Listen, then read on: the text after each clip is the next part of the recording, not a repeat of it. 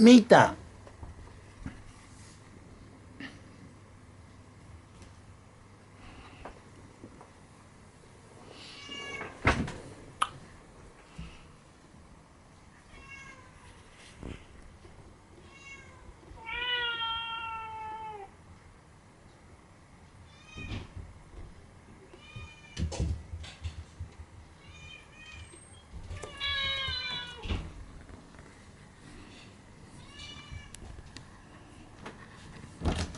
なんかね、お兄ちゃんはこれ嫌いなんだよ。なんか食べてくれないんだよな。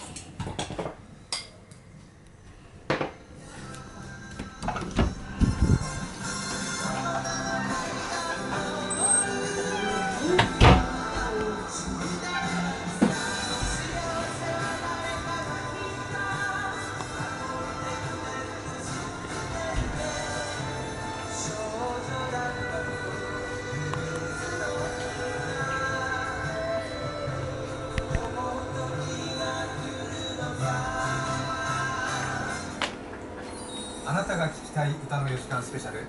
続いての曲もよくカラオケで歌われる一曲です。もともとはアニメの主題歌。高校野球の応援で吹奏楽の演奏を聴き、この曲のファンになったという若い世代の皆さんもいるかもしれません。1985年昭和60年のヒット曲です。岩崎良美さん、タッチ。どうぞ。